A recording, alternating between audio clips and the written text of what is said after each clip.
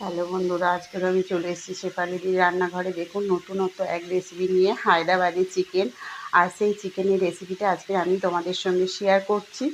তো বন্ধুরা, আশা করছি রেসিপিটা সবারই ভালো লাগবে। আমি তো এমনি একঘেয়ে চিকেন খেয়ে বোর হয়ে গেছি, তো আজকে একটু অবশ্যই নতুন ট্রাই করে দেখবেন বাড়িতে।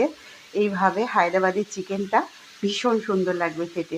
তো রেসিপিটা আমি তোমাদের সঙ্গে শেয়ার করছি। তো বন্ধুরা, চলো সবাই মিলে রেসিপিটা দেখবেন। আশা করছি সবারই ভালো লাগবে আর পুরো ভিডিওটা দেখবেন।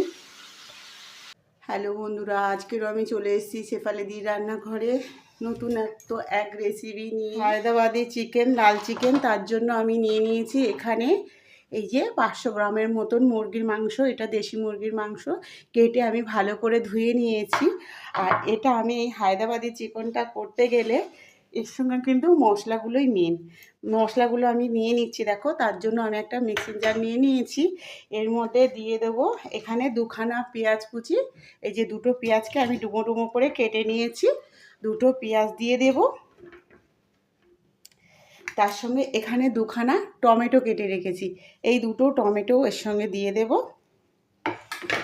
2খানা টমেটো এর ভেতরে দিয়ে দিলাম। তার সঙ্গে এখানে দেব, দেখো এখানে আছে কাঠবাদাম, কাজু বাদাম, এলাচ, লবঙ্গ আর দারচিনি, 4টে কাঁচা লঙ্কা, আর এখানে আছে রসুন, আদা, ক্যাপসিকাম। তো সবগুলো আমি এখানে দিয়ে দেবো। 4টে কাঁচা লঙ্কাও নিয়ে নিয়েছি। সব মশলাগুলো কিন্তু আমি মিক্সিং জারে এক এক করে দিয়ে দেবো। এই ক্যাপসিকামটা দিয়ে দিলাম। তার মধ্যে দিয়ে দেবো আমুল বাদাম, দিলাম কাজু বাদাম, লবঙ্গ, এলাচ, দারচিনি দিয়ে দিলাম। 4টে কাঁচা লঙ্কাও দিয়ে দিলাম। তার সঙ্গে দিয়ে দিলাম রসুন, তারপরে দিয়ে দিচ্ছি আদা। সব মশলাগুলো কিন্তু আমি একদম মিক্সিং জারে করে পেস্ট করে নিতে হবে। হাফ চামচের মতন হলুদ গুঁড়ো, হাফ চামচের একটু বেশি দিয়েছি যেহেতু আমার চিকেনটা 500 আছে। 1 চামচ জিরে গুঁড়ো, হাফ চামচ ধনে গুঁড়ো, কাশ্মীরি গুঁড়ো লঙ্কা দিয়ে দেবো কালারের জন্য। 1.5 চামচের মতন দিয়ে দিলাম আমি। 2 চামচের মতো দিয়ে দেব চিলি সস। যেহেতু আমি 2খানা কাঁচা টমেটো দিয়েছি, তার জন্য আমি টমেটো সসটা দিলাম না, চিলি সসটা দিয়ে দিয়েছি। এবার এর ভেতরে দিয়ে দেব আমি তেল।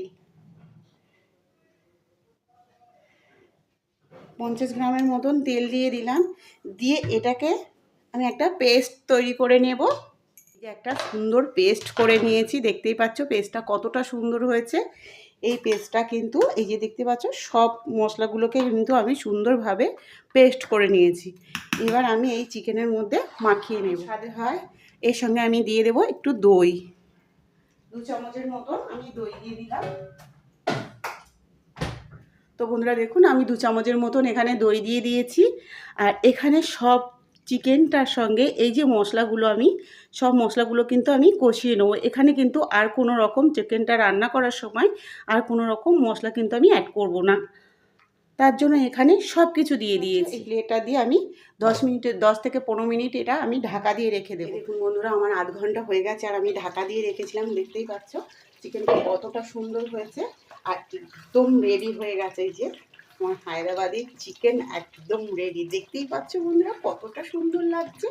আর প্রত্যেকটা চিকেন কিন্তু দারুণভাবে সেদ্ধ হয়ে গেছে, একদম নরমভাবে। এই দেখুন চিকেনগুলো, দেখেছেন চিকেনগুলো কতটা সুন্দর লাগছে।